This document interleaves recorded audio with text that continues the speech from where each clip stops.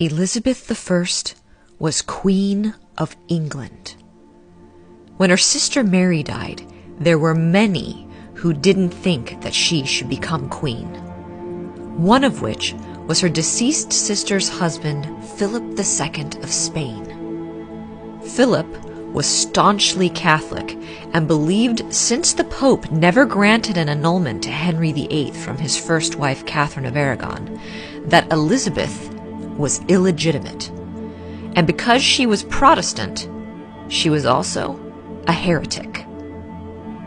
Philip in Spain and Elizabeth in England's relationship deteriorated to such an extreme extent that Philip decided he was going to send an armada of ships to invade England. He was going to overthrow Elizabeth, reinstate the Catholic Church, and if all of this was successful, it would then make Spain the undisputed superpower in Western Europe. The Pope even got involved and supported Philip's proposed endeavors, promising that he would renew the excommunication of Elizabeth from the Catholic Church that had been done in 1570, and that if the Armada landed on English soil, he would offer Spain a subsidy. And so, the Spanish Armada set sail from Lisbon in 1588 to execute the task set out to them: invade England. The fleet was massive, with 130 ships carrying around 30,000 soldiers, sailors, and huge amounts of cannon and ammunition. This did not go well for the Spanish, as their ships were large and had a hard time maneuvering, unlike the faster, sleeker English fleet. The English ships also had almost double the firepower of that of the Spanish. Weather also played a huge role, as storms hit the Spanish multiple times. Ultimately, the Spanish were defeated, and their fleet was scattered. They desperately tried to find a route to flee. The decision was made that the best course would be to sail north, go around Scotland, and then around Ireland to finally get them back home to Spain. Violent storms again rocked the ships to and fro. One of these, called the Girona, ended up landing in Killybegs Harbour in Ireland with a damaged rudder and a crew much worse for wear. The Girona was originally a huge galley ship that had been refitted for the war and held enormous amounts of artillery. It used both sails and oars that allowed it to be strong and fast. The oars were maneuvered by slaves that had been taken from Spanish colonies in South America. The ship had 121 sailors, 186 soldiers, and 22 officers. While they were in the harbor, survivors of other shipwrecks from the Armada were washing ashore. There was a great deal of concern once they were on Irish soil that there were many English soldiers stationed in Ireland.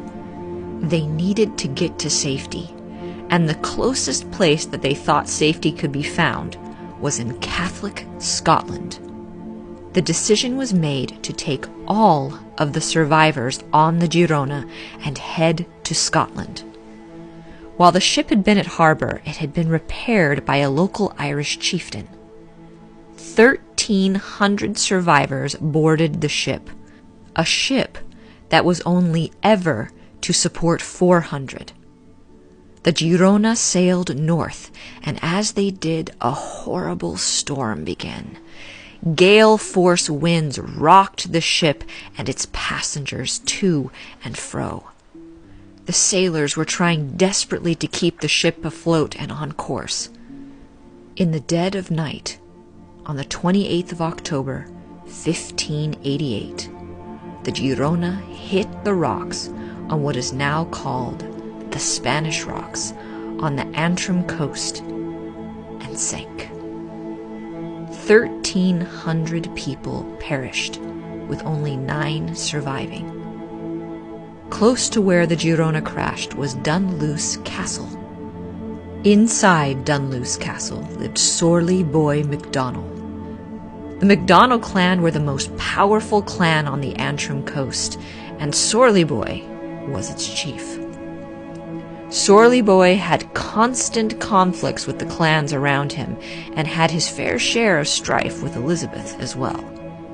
When the few survivors washed ashore near the castle, Sorley Boy took them in, and he arranged for them to get safe passage to Scotland. 260 other bodies also ended up being found from the shipwreck along the coast, and it was specifically arranged by Sorley Boy that they be given a Catholic burial at the Church of St. Cuthbert's, just near the castle. Sorley Boy was also extremely interested in what salvage might be reclaimed from the ship. He quickly organized salvage missions. It is said that Sorley Boy found cannon from the Girona and promptly mounted the cannon at Dunluce Castle. It is estimated that along with the Girona, 24 other ships sank, carrying around 5,000 men. In 2017, a special service was held at St. Cuthbert's church ruins, and a new plaque was placed in the graveyard commemorating the Girona and the 260 souls that washed ashore.